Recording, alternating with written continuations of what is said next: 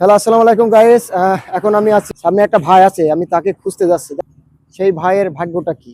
আমার হাতের আঙুল দেখছেন দুইটা, আমি এই দুইটা আঙুল থেকে একটা বাজেট করলাম 500 টাকা, একটা করলাম 1400 টাকা। তো দেখা যাক যে তার ভাগ্যে কি আছে। চলেন আমরা খুঁজি সেই ভাইকে। বুঝতেছি, আপনি কোথায় ছিলেন ভাই? ভালো আছেন? হ্যাঁ, হ্যাঁ, আলহামদুলিল্লাহ তো ভালো ভাই আছি। দিনকাল কিরম কাটছে? আলহামদুলিল্লাহ ভালো কাটতেছে। আলহামদুলিল্লাহ। তো ভাই আপনার জন্য শুনলাম আপনি খুব অভাবে আছেন, খুব মানে কষ্টে আছেন, আপনার দিনকাল ভালো যাচ্ছে না। হ্যাঁ, এই তো আছি। এটা শোনার পরে আমার মনে খুব ব্যথা পাইছি ভাই। আমি চেষ্টা করব আপনাকে কিছু সহযোগিতা করার জন্য। তো আসলে হয়তোবা ডাইরেক্টলি দিলে কেমন দেখায়, তো আমি আপনার একটা অপশন দিব। অপশনটা হচ্ছে যে আপনার ভাগ্য নির্ধারণ করা হবে। তো আপনি আমার হাতে আঙুল দেখছেন না, ক্যামেরাম্যান সামনে আসবেন। হ্যাঁ ভাই, ওখানে দাঁড়ান। হ্যাঁ, আমার হাতে আঙুল দুইটা, হ্যাঁ, এর মধ্যে আপনি যেটা ধরবেন, হ্যাঁ হুম, মানে দুইটা আঙুলই আপনার বাজেট দেওয়া আছে। একটাই পাবেন 500, একটাই পাবেন 1400। তো ও, সেক্ষেত্রে এখন আপনি দেখা যাক আপনার ভাগ্যে কোনটা আসে। তো ভাই ধরেন, আপনি কোন আঙুলটা নেবেন? বুঝলাম। ক্যামেরাম্যান, ক্যামেরাম্যান কাছে আসেন। হ্যাঁ, কাছে আসেন। আসলে কি বলবো, আজান দিচ্ছে। আর রাজু ভাই আসলে সে ব্যাড, মানে আনলাকি। তাকে আমি সিলেক্ট করছিলাম যে এটা ধরলে তাকে 1400 দেবো, এটা ধরলে দেবো 500 টাকা। তো যাই হোক, আমি এখন তাকে টাকাটা দিচ্ছি।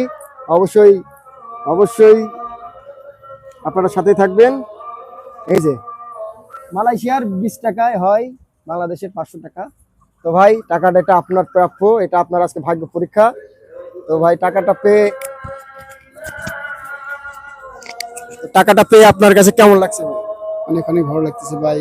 আমি তো মোটামুটি অনেকটাই অভাবী ছিলাম, কষ্টেই ছিলাম। একটু জোরে বলেন, শোনা যায় না। অনেকটা কষ্টেই ছিলাম, টাকাটা পেয়ে অনেক ভালো লাগতেছে। যা কিছু কেনাকাটা করতে পারবো, খাওয়া দাওয়া করতে পারবো। আসলে অনেক অনেক অবস্থা খারাপই ছিল আমার। টাকাটা পাওয়াতে অনেক খুশি হলাম আমি। আপনাকে ধন্যবাদ।